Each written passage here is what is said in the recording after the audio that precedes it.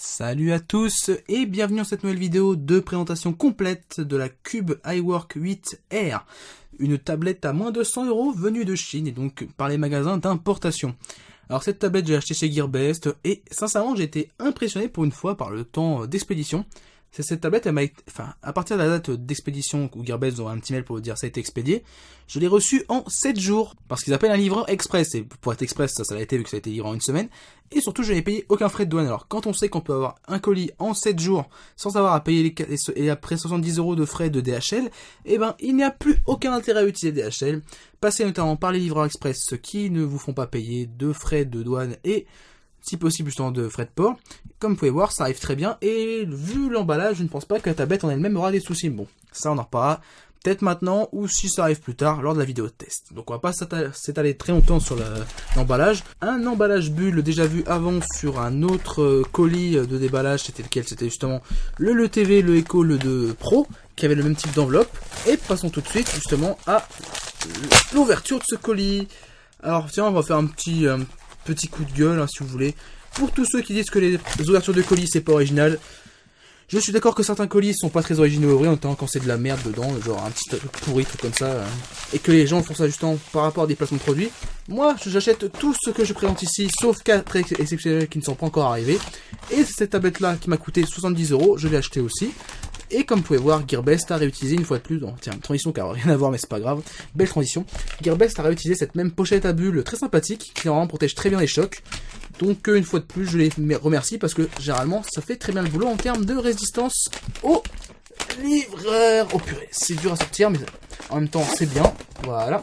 Et donc nous avons ici une tablette de la marque Cube. Alors Cube, qu'est-ce que c'est comme marque de tablette? C'est une marque simplement que vous retrouverez en importation, qui par rapport à ce que je peux suivre justement sur une autre chaîne que je vous mets tout de suite ici en petit lien cliquable sur votre ordinateur, la chaîne de Tech Tablets, c'est une chaîne que je suis depuis un certain temps maintenant.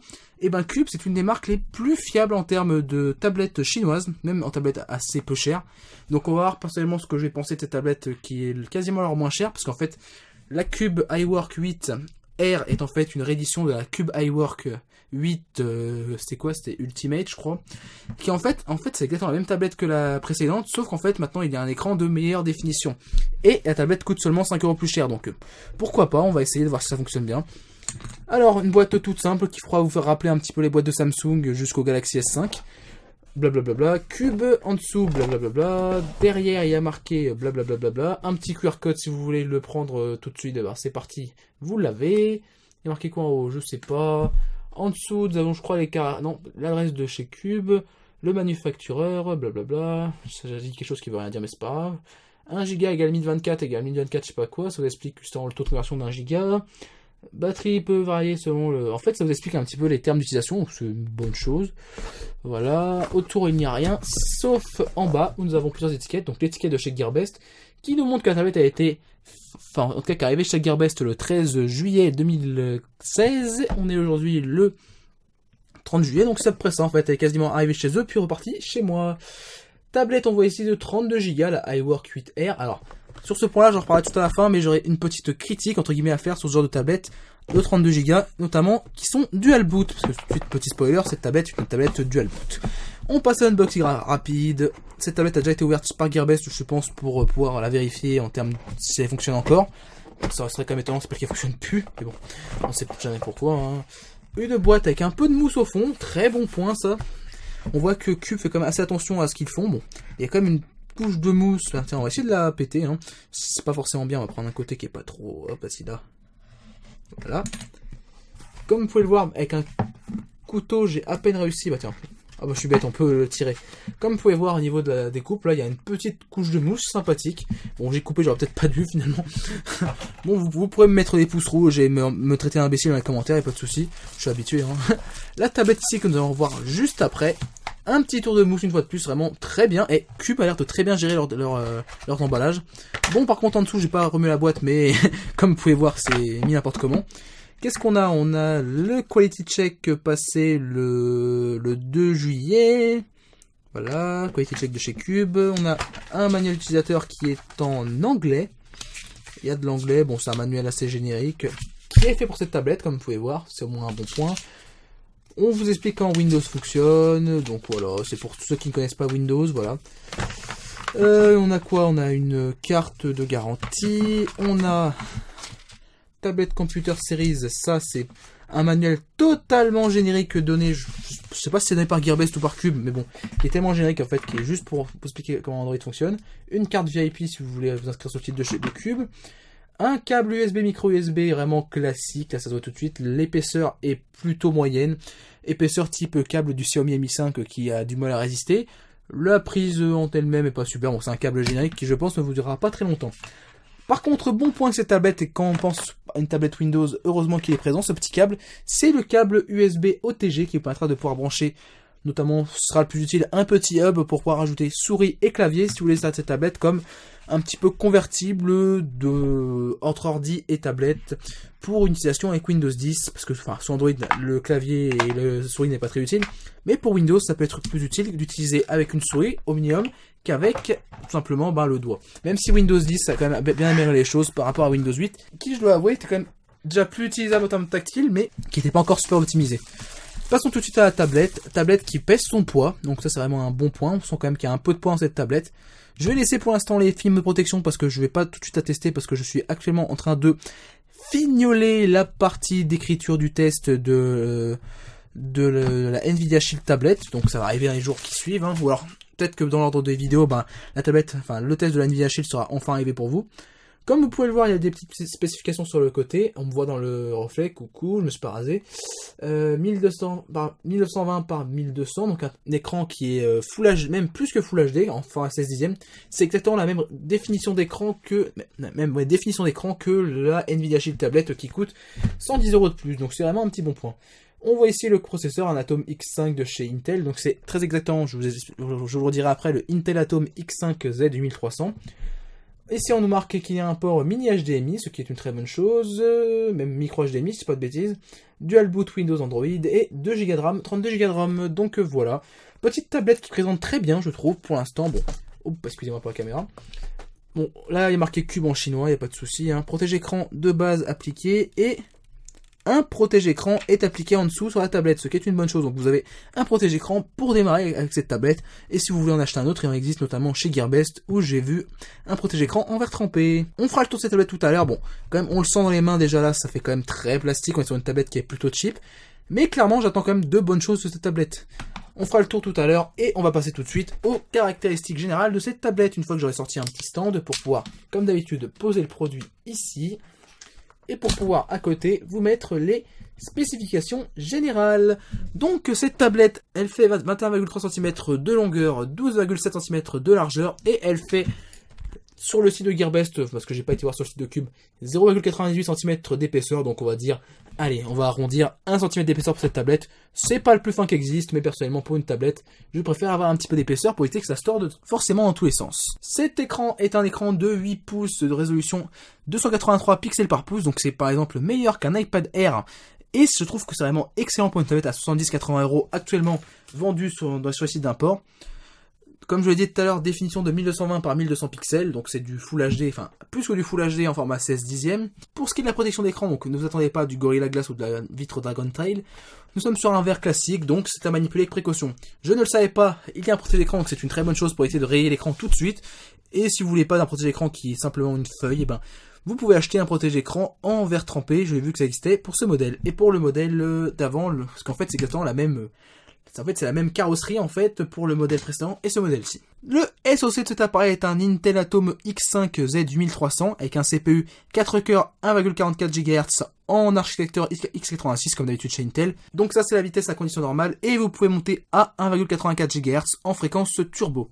Le GPU est un Intel HD Graphics 200 MHz avec une vitesse turbo à 500 MHz. Sur cette tablette nous avons 2 Go de RAM et 32 Go de mémoire interne. Et ce qu'il faut bien penser, c'est que ces 32 Go de mémoire interne, pour vous, ça peut vous paraître, on va dire, beaucoup si vous n'avez pas remarqué ce que j'ai dit tout à l'heure. Mais il faut se rappeler qu'il y a une partition entre deux OS, Windows 10 qui est plutôt lourd en mémoire et Android 5.1.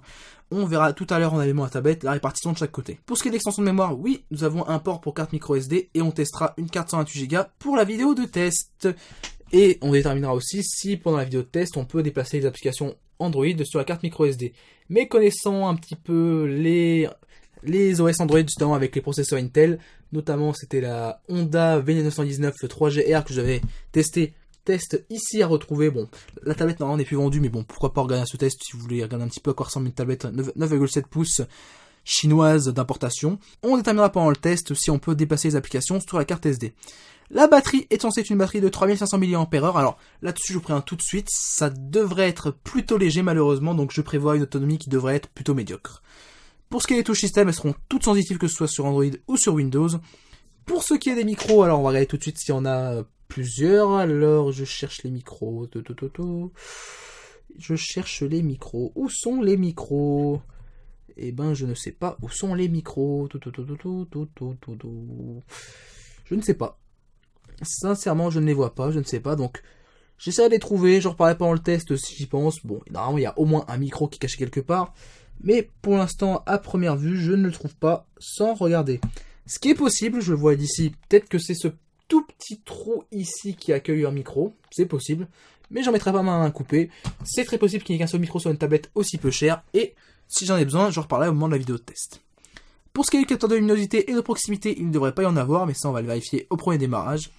Et pour ce qui est du port de synchronisation, comme vous l'avez vu quand je suis passé rapidement au-dessus, nous sommes sur un port micro USB 2.0 OTG, parce que justement en plus vous avez le câble OTG qui est donné avec la tablette.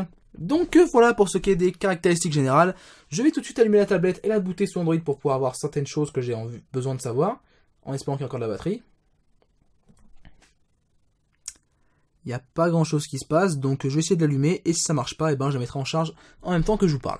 Bon, il n'y a plus l'air d'avoir de jus dans cette tablette, donc je vais me servir de ma superbe lampe Blitzwolf magnifique qui possède un port USB pour pouvoir charger la tablette. Comme quoi, je peux faire un peu de pub pendant cette vidéo. Tiens, pendant que je la branche, hop, vidéo de la lampe Blitzwolf si vous voulez savoir à quelle c'est.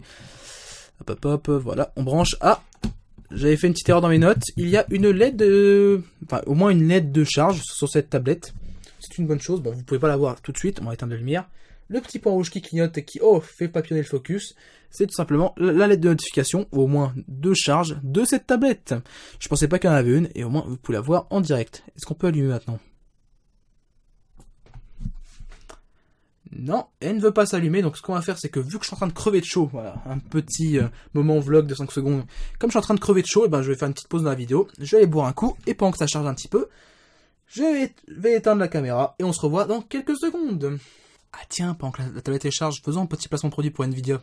Bon, c'est une petite blague, hein, c'est le câble qu'il y avait avec la Nvidia Shield Controller, que je vous présente bientôt en test. Et en fait, ça vous montre aussi que malgré les gros défauts de mon caméscope qui souvent vous montrent des images pas très belles, et en termes de focus de près, en fait c'est pas un focus de près, en fait c'est un zoom, en termes de zoom optique de près et de mise au point, ce caméscope se débrouille très très bien. Là on est vraiment sur la distance maximum que je peux, et clairement c'est vraiment bien zoomé. Pour vous montrer, hein, mon doigt il est ici, hop, pour aller jusqu'à ici. Voilà, au moins mon caméscope a beaucoup de défauts, je veux le changer, je vais bientôt le changer, mais en termes de focus, j'espère qu'au moins je retrouverai la même chose sur mon futur caméscope. Voilà, c'était la petite entracte pendant que ça charge. Bien, ça fait un quart d'heure que la tablette charge, donc voyons si elle démarre enfin. Est-ce qu'après 15 minutes de charge, je vais avoir le droit à autre chose que de l'écran noir? Intéressant, bon.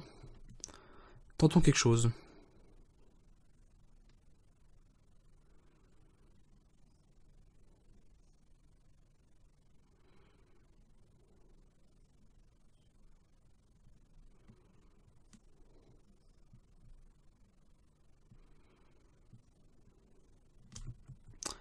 Non, définitivement, nous n'avons rien qui se passe.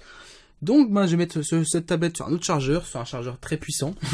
Parce que oui, aussi petite chose que je n'ai pas précisé juste avant, c'est qu'il n'y a pas de chargeur secteur dans la boîte, donc ça peut faire quelques petites économies, ça peut se comprendre, et bon, sur une tablette comme ça, je peux l'accepter, quoique sur la Nvidia Shield aussi, à 200 €, il n'y a pas de chargeur, donc acceptons-le pour cette tablette aussi.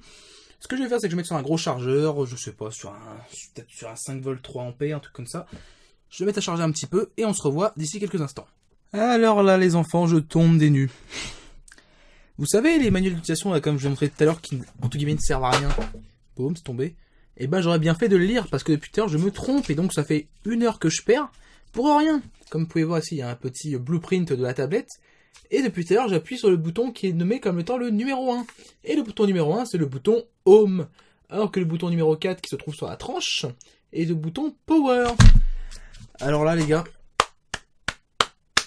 Vous savez quoi, je n'ai jamais vu un design de bouton aussi, je vais pas dire pourri, parce que l'idée est pas mauvaise en soi, je pense, notamment pour Android, mais j'ai jamais vu de design de bouton aussi bizarre depuis des tablettes génériques sur Android 2.1. Bref, voilà, donc depuis tard j'ai appuyé ici, ça marchait pas, c'est normal. Il fallait appuyer sur le bouton ici, qui est le bouton Power. Et normalement, bien sûr, tout de suite, et ben voilà, ça marche beaucoup mieux. Alors déjà, premier point que je vais vous montrer tout de suite, il y a un gap bien visible entre l'écran et la tablette, donc ça vous montre quand même que c'est pas une tablette OGS. Nous avons ici le sélecteur de thème, justement, enfin pas de thème, sélecteur d'OS. Et je vois que à l'écran, la tablette fait un petit effet de ce qu'on appelle en anglais de flicker, donc c'est des petites vagues.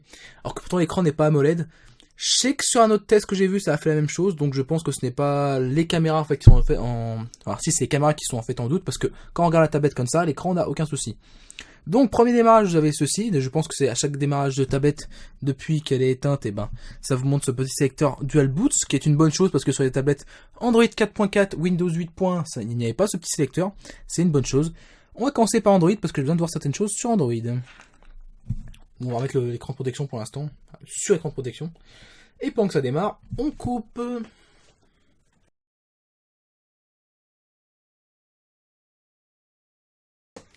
Et nous voici arrivés sur l'écran de verrouillage d'Android 5.1.1, ou 5.1 tout court, je ne sais même pas.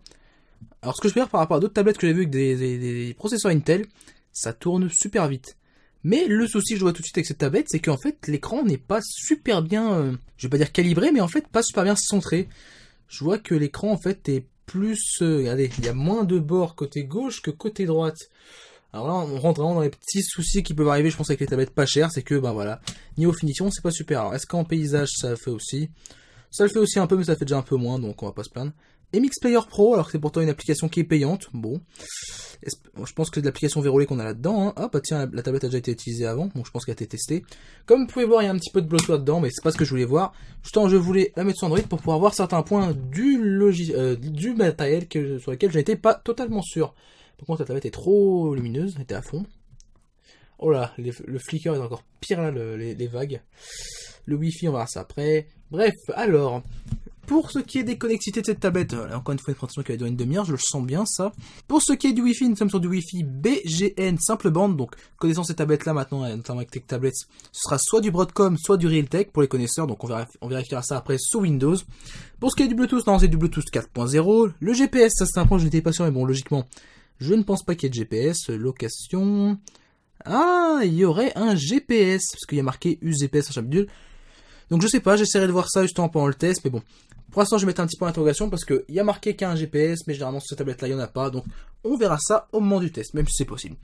Pour ce qui est du gyroscope sur Gearbest, on nous dit qu'il y en a un, mais je pense sincèrement qu'il n'y en aura pas, ça c'est mon petit truc. Encore une fois, point d'interrogation, vous irez voir le test pour être sûr qu'il arrivera d'ici quelques temps. L'accéléromètre, bah oui, il y en a un, parce que vous l'avez vu juste avant. Pour ce qui est de la boussole, ça je ne sais pas du tout, et on verra ça encore une fois pendant le test. Partage de connexion, bah, comme c'est pas une tablette qui est 3G, 4G, ben, logiquement non. Même si on voit qu'ici, qu'il y a marqué Portable Hotspot. Attends, il n'y a pas 4G cette tablette, que je vérifie. Non, port SD, non, il n'y a pas de port SIM, c'est pas ce qui me semblait. Donc non, encore une fois, c'est comme souvent sur ce genre de tablette, et ben ils oublient de retirer le partage de connexion. Ça n'a aucun intérêt, parce qu'il n'y a pas de carte SIM, c'est dommage. Pour ce qui est du NFC et d'infrarouge, il n'y en a pas. Il y a l'accès au VPN, comme d'habitude. La petite tête de notification que vous avez vue tout à l'heure, elle est ici. Alors, je sais pas si elle fait les notifications, mais elle fait au moins la recharge. Il n'y a pas de radio FM, l'USB OTG, comme je l'ai dit tout à l'heure, oui. Et le petit point supplémentaire qui est très sympathique, même sur les tablettes à ce prix-là, c'est qu'il y a un port micro HDMI. Bon, le point négatif, c'est que le câble n'est pas inclus, mais bon, pour 5 €, vous pouvez avoir un câble micro HDMI pour pouvoir diffuser votre écran de votre tablette sur un plus grand écran, notamment écran de télé si vous voulez montrer des photos, ou des trucs dans le genre, ou des fichiers. Passons ensuite par un petit tour du design et du tour du propriétaire avant de faire le tour de Windows et d'Android très rapidement.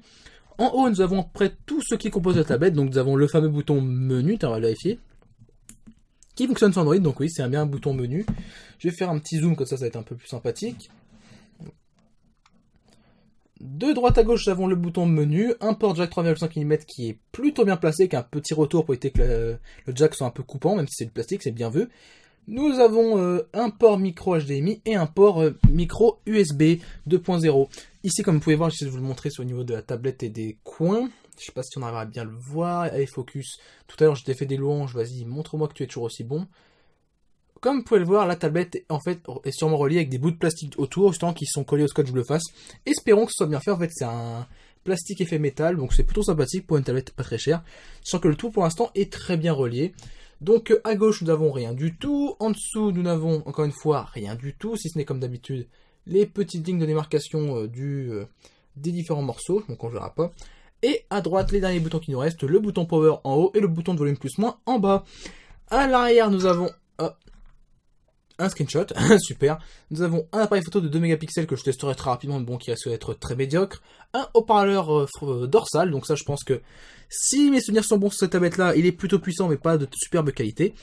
L'arrière en fait est fait de petits points, donc ça peut être sympa à prendre en main, donc c'est pas un arrière en plastique brut pas travaillé, donc c'est plutôt sympathique. En bas il y a marqué Cube en chinois avec marqué iWork 8R.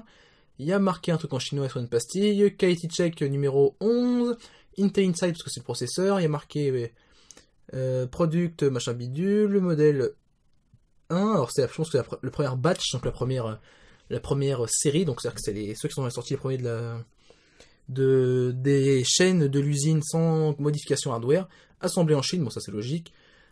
Le chargeur, c'est intéressant à savoir, c'est qu'il me faudrait du 5 volts de d'ampère. Bon, je testerai ça avec mes multi-chargeurs que vous avez sûrement dû voir en vidéo. D'ailleurs, petit capteur ici pour retrouver cette vidéo-là. Designé by quoi? J'arrive même pas à lire. By AldoCube. In Shenzhen, donc c'est un AldoCube, je sais pas. Et enfin, numéro de série pour pouvoir retrouver cette tablette. Donc voilà pour ce qui est tout de propriétaire. À l'avant, caméra frontale de 2 mégapixels qui doit être encore une fois très médiocre. Les boutons en bas et rien d'autre sur la face avant si ce n'est des rebords qui sont pas trop grands, c'est bien. Ils sont de la taille de mes pouces, donc pour poser mes pouces dessus c'est bien. Si je peux jouer un peu sur cette tablette, ça va être sympathique. Et je pense que je vais pouvoir bien profiter de cette tablette, notamment sur l'aspect vidéo, parce que c'est plus ce que j'utilise sur une tablette. Donc voilà, petite partie de conclusion, on va faire le petit tour justement d'Android et de Windows rapidement, notamment pour aller voir les composants. Quelles sont mes attentes à cette tablette? Alors tout simplement, je pense que ça va être une tablette intéressante pour un prix très réduit. Je pense qu'en fait par rapport au SoC, je pense que les performances globales seront satisfaisantes sur un écran de très bonne qualité pour le prix. Par contre, vu que cette tablette a un écran qui est assez haute résolution pour ce SoC, je pense que les performances usuelles, donc pour tout ce qui est, on va dire, navigation normale comme dévoilé depuis tout à l'heure, je pense que les performances seront bonnes, il n'y aura pas de souci. Mais dès qu'on rentrera dans les jeux un peu lourds, les performances devraient être plutôt moyennes. Et comme je vous disais tout à l'heure, petit point de détail que je veux tout vous rappeler. Alors, je vais éteindre la tablette parce que je vois qu'elle fait des petits flickers à l'écran, enfin des petites vagues, alors que pourtant elles ne les font pas. Donc ma caméra a du mal à prendre en vidéo cet écran. Sincèrement, je souhaiterais ne plus jamais voir sortir de tablette contenant 2 systèmes d'exploitation, donc Android et Windows, avec seulement 32 Go de mémoire. On dispose de trop peu de place sur chaque OS, donc d'ailleurs on va voir tout de suite après. Donc ce sera la seule tablette de ce genre que je testerai. C'est le fait de cette version qui possède avec un écran de très haute définition, relativement pour le prix, qui m'a poussé à vous la tester pour voir aussi ce que valent ces tablettes plutôt bien spéquées pour le prix, surtout au niveau de la durabilité et de la solidité. Donc voilà pour ce qui est de ma petite conclusion avec mes petites attentes. On va tout de suite aller voir la place sur Android. Clac clac clac, storage, on a 7,19 Go de mémoire interne tout de suite dès que vous ouvrez la tablette. Et ce qu'on va faire, c'est que j'ai vu qu'il y avait quelques applications bloatware. Elles ne sont pas désinstallables, en tout cas la première ne l'est pas. La deuxième ne l'est pas non plus, cool. Donc 2 applications bloatware qui ne servent à rien, qui ne sont pas désinstallables. Il y a aussi iMarket, qui non plus n'est pas désinstallable. Donc c'est con, c'est que les quelques applications en bloatware ne sont pas désinstallables. Il y a quasiment rien dans cette ROM, regardez-moi ça, il n'y a rien. Niveau application dedans, c'est très bien sur ce point-là.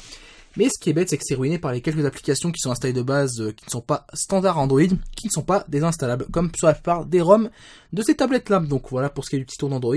Pour l'instant, c'est Android stock, sincèrement, et c'est très bien parce que justement, ça évite qu'il y ait des petits ralentissements comme ça un peu partout. Je sais que notamment, j'ai une tablette Teclast que je ne vous ai jamais montré en test parce que elle vaut pas forcément le coup, et peut-être qu'un jour je vous ferai une petite vidéo de review dessus, qui par contre a un launcher fait par Teclast et qui a des performances avec un Atom d'ancienne génération, un B-Trail Z3735F sur un écran Retina.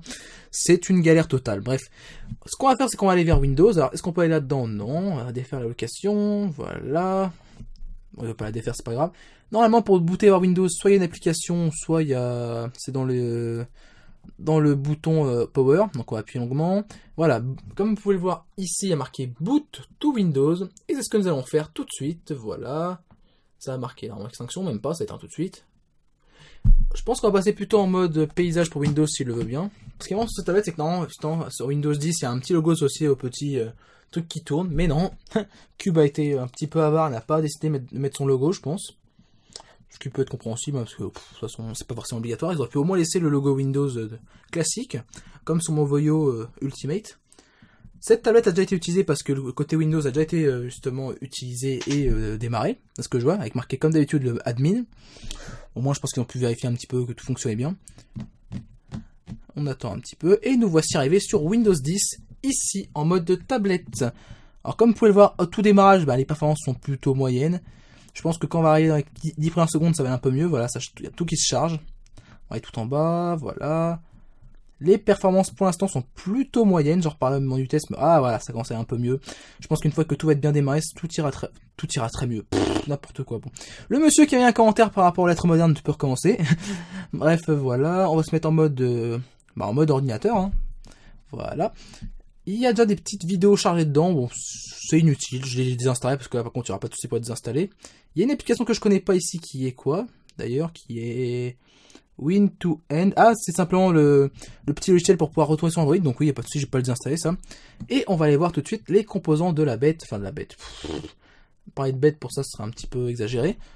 Système, alors tout est en anglais pour l'instant, mais vous pouvez bien sûr télécharger la langue française, parce que de base elle n'est pas dedans. Je vois que je suis limite niveau caméscope, donc je vais me dépêcher. Alors ce qui est étonnant, c'est qu'on est sur un système d'exploitation 64 bits, ce qui est un petit peu bizarre parce que nous n'avons que 2 Go de RAM, donc on aurait pu se permettre un système d'exploitation Windows 32 bits, comme ça on aurait pu économiser un petit peu de mémoire interne. Windows, c'est une version légitime de Windows qu'il faut activer en mettant sa connexion Wi-Fi, ce que je ferai en dehors de la vidéo. Alors Device Manager, à ce que je vois c'est assez lent, donc on a peut-être de la mémoire qui est dedans qui est un peu lente. Je sens la carte générique de mémoire, oula c'est vraiment lent. Disque drive, alors disque drive, et oui comme je le pensais, et comme vous pouvez le voir tout de suite, nous sommes sur une carte générique pour la mémoire, donc c'est sûrement une eMMC qui est de pas super qualité. Je ferai des petits benchmarks de mémoire lors de la vidéo de test et je vous montrerai qu'est-ce que ça donne. La tablette chauffe un petit peu, mais bon ça c'est usuel sur ce genre de tablette. Et pour ce qui est du Wi-Fi, où est-ce que c'est caché? Disque drive c'est bon, computer, display, firmware, network adapter, on est sur du Realtek Wi-Fi N, et zut j'ai touché, c'est dommage. Voilà, Realtek RTL 8723BS qui est un petit adapteur Wi-Fi N, donc nous n'avons pas de Wi-Fi AC de double bande, donc ce sera du Wi-Fi plutôt classique, mais bon, sur ce genre de tablette pas très cher, on peut le comprendre. Donc voilà pour ce qui est de la vidéo de présentation de cette tablette qui encore une fois va durer une demi-heure. Je pense que je vais devenir spécialiste dans les vidéos de présentation qui seront plus longues de 6 fois que les tests d'un certain... Ok, le tacle était facile, j'aurais pas dû le faire, excusez-moi, en plus il y a 400 000 abonnés, il faut le respecter. Donc voilà pour la vidéo de présentation, si elle vous a plu, comme d'habitude n'hésitez pas à mettre un petit pouce en l'air, et moi je vous dis à très bientôt pour de futurs tests et pour de futures vidéos. Allez, salut!